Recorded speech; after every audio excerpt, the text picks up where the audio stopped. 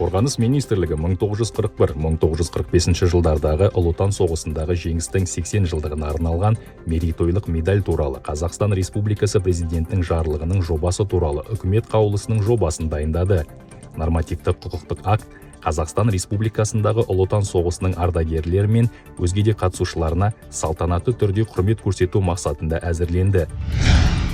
Парламент мәжілісінің депутаттары әскери техникалық мектептерге әскери қызметшілерді даярлау функциясын беруді ұсынды.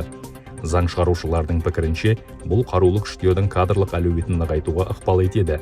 Бұл ретте кейбір мамандардың тапшылығы әскери қызметшілер мен әскери міндеттілерді курстық даярлау арқылы толықтыратын болады. Мәжілісмендер әскери техникалық мектептің Алматы филиалы мамандары мен әскери қызмет және әскери қызметшілердің мәртебесі туралы Қазақстан Республикасы заңына түзетулерді талқылады. Сондай-ақ аталған түзетулер мәжіліс пен үкіметтің жұмыс топтарының отырысында келісілген және 2025 жылы әскери қызмет және әскери қызметшілердің мәртебесі туралы Қазақстан Республикасы заңының жаңа редакциясында қабылданатынын хабарлады. Шығыс Қазақстан облысының Риддер қаласында демалыста жүрген Ресей әскери әуе академиясының курсанты Әсет Сәкенов өртеніп жатқан үйден адамды құтқарып қалды. Шығыс Қазақстан облысы қорғаныс істері жөніндегі департаменті бастығының орынбасары майор Жасұлан Сатыбалдиев курсанты алғыс хатпен марапаттады. Жергілікті әкімдік Әсеттің анасына теледидар, ал өзіне алғыс хат табыс етті. Қазақстандықтар Әлия Молдағұлованың ерлігіне тағзым етті.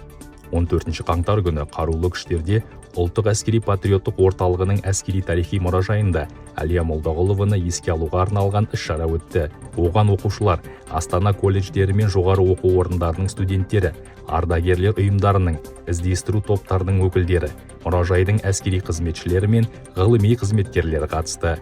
Сол күні Ақтөбеде Кеңес одағының батыры Әлия Молдағұлованың мемориалдық кешеніне гүл шоқтары қойылды. Оған облыс әкімі Асхат Шахаров, қорғаныс істері жөніндегі департамент өкілдері, әуе қорғанысы күштері әскери институтының басшылығы мен курсанттары, Ақтөбе гарнизонының әскери қызметшілері, қарулы күштердің ардагерлері, жас сарбаз қозғалысының тәрбиеленушілері мен батырдың туыстары қатысты.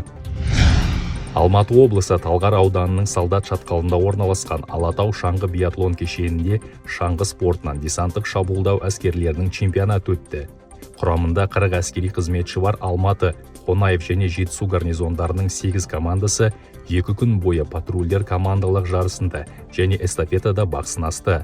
Жарыс қорытындысы бойынша алтынды Кеңес одағының батыры генерал-майор Иван Панфилов атындағы 37-ші бригаданың командасы жеңіп алды. 35-ші гвардиялық десанттық шабуылдау бригадасының шаңғышылары күміске, ал Райымбек Батыр атындағы 38-ші десанттық шабуылдау бригадасы қолаға ие болды. Ақтауда батыс өңірлік қолбасшылығы әскерлері қолбасшысының тобығынан қоян-қолтық жекпе-жектен чемпионат өтті.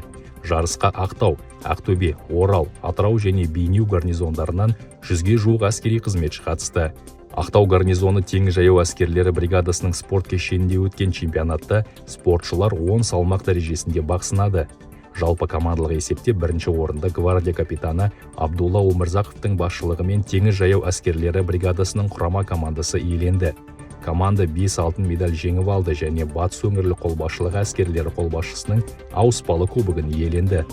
Командалық есепте екінші орынды 41-433 әскери бөлімінің командасы, ал үшінші орынды 99-116 әскери бөлімінің құрамасы иеленді.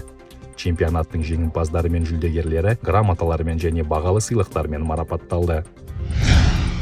Жақсылық Үшкемпіров атындағы жекпе-жек сарайында ұлттық күрестен өткен дала қырандары рейтингтік турнирі 8 салмақ дәрежесінде Қазақстанның ең мықты балуандарын анықтады.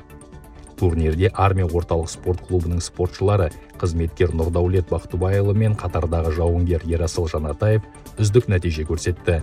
Жарыс қорытындысы бойынша 8 спортшы дала қырандары турнирінде бас балуан атағына ие болды. Оның жүлде қоры $100,000 құрайды.